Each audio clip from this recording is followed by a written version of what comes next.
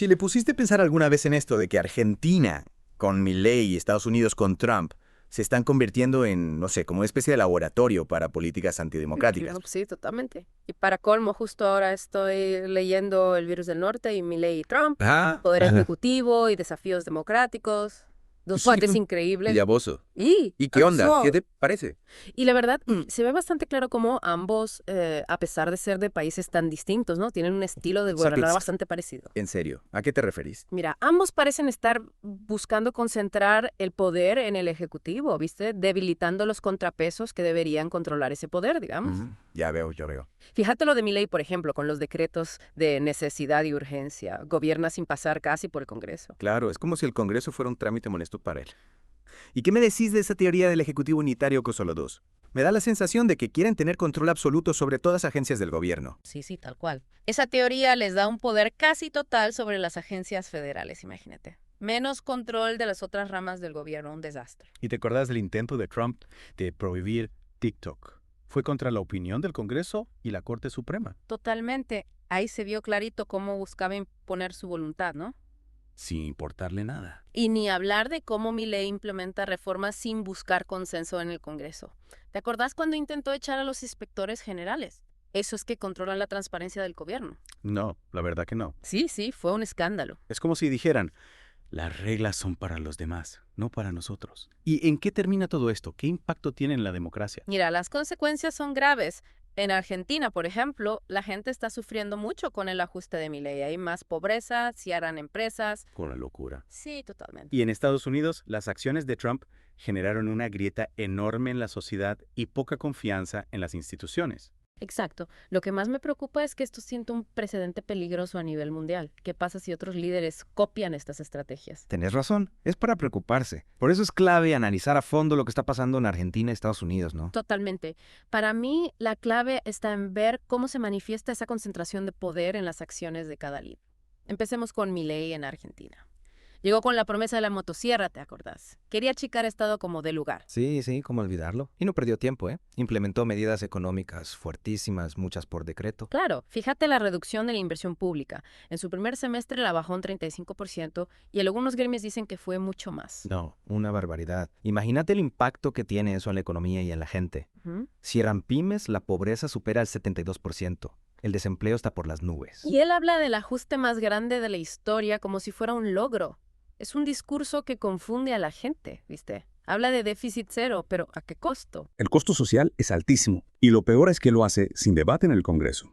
Usa los decretos de necesidad y urgencia para no tener que consensuar con nadie. Por eso lo acusan de autoritario, de ir en contra de la democracia. Y no les falta razón. El uso excesivo de los decretos le quita poder al Congreso y limita el debate público. Es como gobernar de espaldas a la gente. ¿No te parece que Argentina se está convirtiendo en un laboratorio de políticas antidemocráticas? Es una pregunta fuerte, pero amerita que la analicemos en profundidad. Totalmente. Para eso hay que mirar lo que está sucediendo. El uso y abuso de los decretos, las políticas económicas extremas, el desprecio por los derechos sociales, son señales que no podemos ignorar. Son señales que nos obligan a pensar en el futuro de la democracia en Argentina. Y también en Estados Unidos, donde Trump lleva a cabo su propio experimento con el poder. Es cierto. Ahora hablemos de Trump y cómo su gobierno intentó ir en contra de las instituciones de Estados Unidos. Tele, me parece perfecto. ¿Te acordás de su intento de controlar TikTok? A pesar de que el Congreso y la Corte Suprema votaron para prohibir la plataforma, Trump logró suspender la decisión. O sea, ignoró al poder legislativo y judicial. Increíble. Claro, y apeló a su popularidad, sobre todo entre los jóvenes, Yeah. presentándose como el que les permitía seguir usando la red social. Un ejemplo de cómo se puede usar la popularidad para concentrar el poder. Exacto. Y no olvidemos la modificación del derecho a la nacionalidad por nacimiento. Trump firmó un decreto para cambiarlo, aunque un juez federal lo bloqueó. Sí, me acuerdo. Si bien el egreso se bloqueó, el gobierno de Trump siguió presionando a los que dan pasaportes para que lo aplicaran. Increíble. Intentaron imponer su voluntad por encima de la ley y la justicia. Una barbaridad. Y después está el proyecto 2025 de la Heritage Foundation, un plan para darle todavía más poder al presidente. Ah, sí, ese plan propone echar a los inspectores generales, que son los que controlan al Ejecutivo. Claro, Trump quiso echar a 16 inspectores generales sin avisarle al Congreso, como dice la ley. Claramente buscaba debilitar los controles a su poder. Totalmente.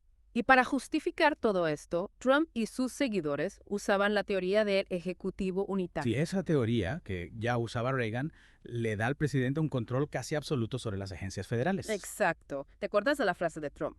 El artículo segundo me da derecho a hacer lo que quiera como presidente. Resume perfecto su visión autoritaria del poder. Totalmente. Y no solo eso, Trump también exploró nuevas formas de usar los poderes de emergencia para concentrar aún más su poder. Sí, y sus seguidores buscan derogar la Ley de Control del Presupuesto del Congreso de 1974, que limita el poder del presidente sobre los gastos federales. Claro, si la derogan, Trump tendría control total sobre la parte del gobierno.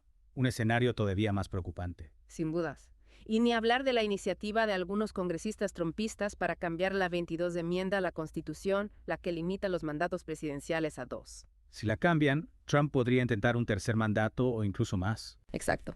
En resumen, lo que vemos en Estados Unidos es un intento sistemático de debilitar las instituciones democráticas y darle todo el poder al presidente. Y esto, igual que en la Argentina, nos lleva a la pregunta: ¿qué futuro le espera a la democracia en un escenario así? Es una pregunta que hay que responder urgente. Lo que está en juego es demasiado importante. Da miedo, ¿no? Como si el autoritarismo estuviera carcomiendo el sistema de adentro. Tal cual. Y lo más loco es que algunos hasta parecen estar de acuerdo con eso. Totalmente. Hay gente que se beneficia o que, no sé, se siente atraída por estos líderes que prometen soluciones fáciles, sin importarles si eso jode la democracia. Es como si, cansados del sistema, buscaran un salvador, un líder fuerte que les devuelva una supuesta grandeza perdida, aunque eso signifique perder libertades. Sí, buscan un mesías, aunque eso implique sacrificar derechos. Y Milei y Trump saben cómo aprovecharse de esa desilusión, ¿viste? Usan un lenguaje simple, directo, que apela al emocillón, aunque sus propuestas sean poco realistas o incluso peligrosas. Es como si vendieran humo, una cura mágica para todos los males. Y la gente, desesperada, lo compra sin chistar. Y cuando se dan cuenta, ya es tarde. Ya está el daño hecho. Exacto. Por eso es importante analizar cómo buscan concentrar el poder. Claro, para entender cómo frenar este nuevo tipo de autoritarismo. Empecemos con Milei. En Argentina, su estrategia combina medidas económicas extremas con un discurso que se aprovecha de la frustración de la gente. Por un lado, impone un ajuste brutal que afecta a los más vulnerables y por otro, se vende como el único que puede salvar al país, el paladín contra la corrupción. Un discurso simple, pero efectivo para muchos argentinos que se sienten abandonados por el sistema. Y ni hablar de esa imagen de outsider, de que no le teme a nada ni a nadie. Se presenta como un rebelde que viene a romper con todo. Y con esa imagen justifica sus medidas autoritarias, como el uso y abuso de los decretos y su desprecio por el Congreso. Como diciendo, soy el elegido, el único que puede salvar al país, y para eso necesito todo el poder. Y lo peor es que muchos parecen estar de acuerdo. Sí, las encuestas muestran que Milei sigue teniendo mucho apoyo, a pesar de las consecuencias negativas de sus políticas. La cosa está complicada. Este autoritarismo caló hondo en la sociedad. Hablemos de Trump. Su estrategia en Estados Unidos es similar, pero con sus particularidades. También apela a la frustración, en este caso de los blancos de clase trabajadora, que se sienten olvidados por la élite. Y usa un discurso nacionalista, xenófobo y proteccionista que atrae a los que se sienten amenazados por la globalización y la inmigración. Trump se presenta como el defensor de los verdaderos americanos, ¿Qué? el único que puede devolverles una supuesta grandeza. Y para eso ataca a las instituciones, a la prensa, a sus oponentes, a cualquiera que se le ponga enfrente. Es un maestro de la manipulación mediática, crea realidades alternativas para justificar sus autoritarismos. Y lo peor es que tiene el apoyo de un sector importante del Partido Republicano, que parece haber olvidado sus principios con tal de mantener el poder. Eso generó una polarización extrema en Estados Unidos, donde el diálogo y el consenso parecen imposibles. Y esa polarización es el caldo de cultivo perfecto para el autoritarismo. Cuando la gente se encierra en sus posiciones, demoniza al otro y pierde la fe en el sistema, es más fácil que líderes como Trump tomen el control. Y una vez que lo hacen, es muy difícil pararlos. El autoritarismo es como un virus que se propaga rápido y debilita las defensas de la democracia. Para mí, es clave mirar ejemplos concretos de cómo Milei y Trump erosionaron las instituciones democráticas. Empecemos por Argentina. Milei usó los decretos de necesidad y urgencia para gobernar sin control del Congreso. Esos decretos le permiten tomar medidas sin debatirlas ni votarlas en el Parlamento. Y Milei abusó de esta herramienta para imponer reformas que perjudicaron a millones de argentinos. Por ejemplo, eliminó el Ministerio de Ciencia y Tecnología por decreto, diciendo que era un gasto innecesario. Una decisión tomada sin consultar a la comunidad científica. Generó mucho rechazo y puso en peligro el futuro de la investigación en Argentina. Otro ejemplo es el uso de decretos para intervenir empresas estatales y privatizar servicios. Medidas que benefician a unos pocos empresarios y provocan aumentos de tarifas y peor calidad de servicios, y todo sin que el Congreso pueda debatirlo. Milei gobierna por decreto, se saltea los controles que garantizan la participación democrática. Eso debilita al Congreso, limita el debate público y concentra el poder en el presidente. Es el camino directo al autoritarismo. Ahora, hablemos de Estados Unidos. Trump usó varias estrategias para debilitar las instituciones. Una de ellas fue atacar a la prensa, acusándola de enemiga del pueblo y de difundir noticias falsas. Ese ataque a la prensa libre, un pilar de la democracia, busca silenciar a las voces críticas y controlar la información. Trump también atacó al Poder Judicial, criticando a los jueces que fallaban en su contra y amenazando con destituirlos. Buscaba meterse en la independencia de la justicia para presionar a los jueces. Y no olvidemos su intento de manipular las elecciones, presionando a funcionarios para que cambiaran los resultados.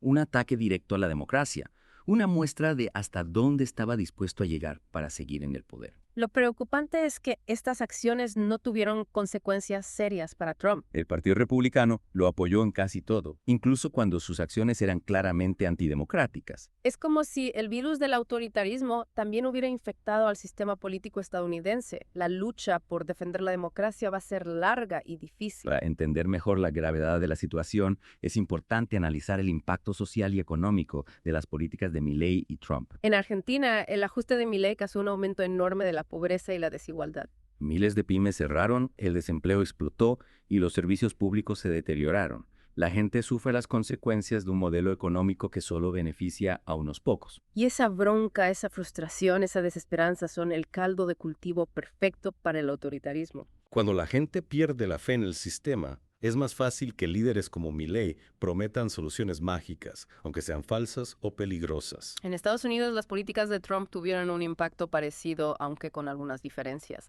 Sus medidas proteccionistas perjudicaron a la economía, sus recortes de impuestos beneficiaron a los ricos y su negación del cambio climático puso en peligro al planeta. Y su discurso xenófobo y racista dividió profundamente a la sociedad estadounidense. Esta división es un obstáculo enorme para una democracia sana. Cuando la gente se odia, cuando le teme al otro, cuando se pierde el sentido de comunidad, es más fácil que líderes como Trump aprovechen esos miedos para llegar al poder. Y una vez que llegan al poder, usan la división y el miedo para controlar a la sociedad y perpetuarse en el poder. Es un círculo vicioso que hay que romper. Para romperlo, necesitamos entender cómo funciona este virus del autoritarismo, cómo se propaga, cómo infecta a la sociedad. Tenemos que estar atentos a las señales, a los síntomas, a las estrategias que usan estos líderes para concentrar el poder. Y tenemos que defender la democracia, los derechos humanos, las instituciones que nos protegen del abuso de poder. Necesitamos una sociedad más justa, más igualitaria, más solidaria, donde todos tengan la oportunidad de vivir dignamente. Esa es la única forma de crear un antídoto efectivo contra este virus. Y la única forma de asegurar el futuro de la democracia. Es un desafío enorme, pero no podemos permitirnos fracasar. Impresionante, ¿no? Argentina y Estados Unidos con historias tan distintas y bueno, enfrentando una misma encrucijada. Es como si estuvieran en un punto de no retorno. Sí, como si fueran un laboratorio donde se pone a prueba la resistencia de la democracia. Y los resultados pueden afectar al mundo entero. Si el autoritarismo se instala en estas dos democracias tan importantes, ¿quién dice que otros no van a intentar lo mismo? Es una pregunta que da miedo. Pero en vez de quedarnos en la paranoia, mejor pensemos qué se puede hacer. Claro. ¿Cómo combatimos este virus y protegemos a la democracia? Primero, fortalecer las instituciones democráticas. Asegurar la independencia de la justicia, la libertad de prensa, el respeto a los derechos humanos, la transparencia. Volver a las bases. Exactamente. Y también hay que fomentar la participación ciudadana, el debate público, la educación cívica. Necesitamos una ciudadanía activa, informada, crítica, que participe en las decisiones. Totalmente. Y no nos olvidemos de la cooperación internacional. Claro, porque este virus no conoce fronteras. Las democracias del mundo tienen que unirse para defender los valores democráticos y apoyar a los países que luchan contra el autoritarismo. Es un problema global que necesita una solución global. Y no podemos perder la esperanza. A pesar de todo, la democracia sigue siendo la mejor forma de gobierno que conocemos. La historia nos muestra que incluso en los momentos más oscuros, la democracia puede triunfar. No hay que bajar los brazos. Hay que seguir luchando por la democracia, defendiéndola, construyéndola día a día. Porque la democracia es un trabajo constante, un compromiso que hay que renovar a cada instante. Solo así vamos a lograr un futuro con libertad, justicia e igualdad para todos. Gracias por escuchar Geopolítica, un podcast de Enrique Aureli. No olvides, apoya económicamente y comparte nuestro trabajo. Hasta la próxima.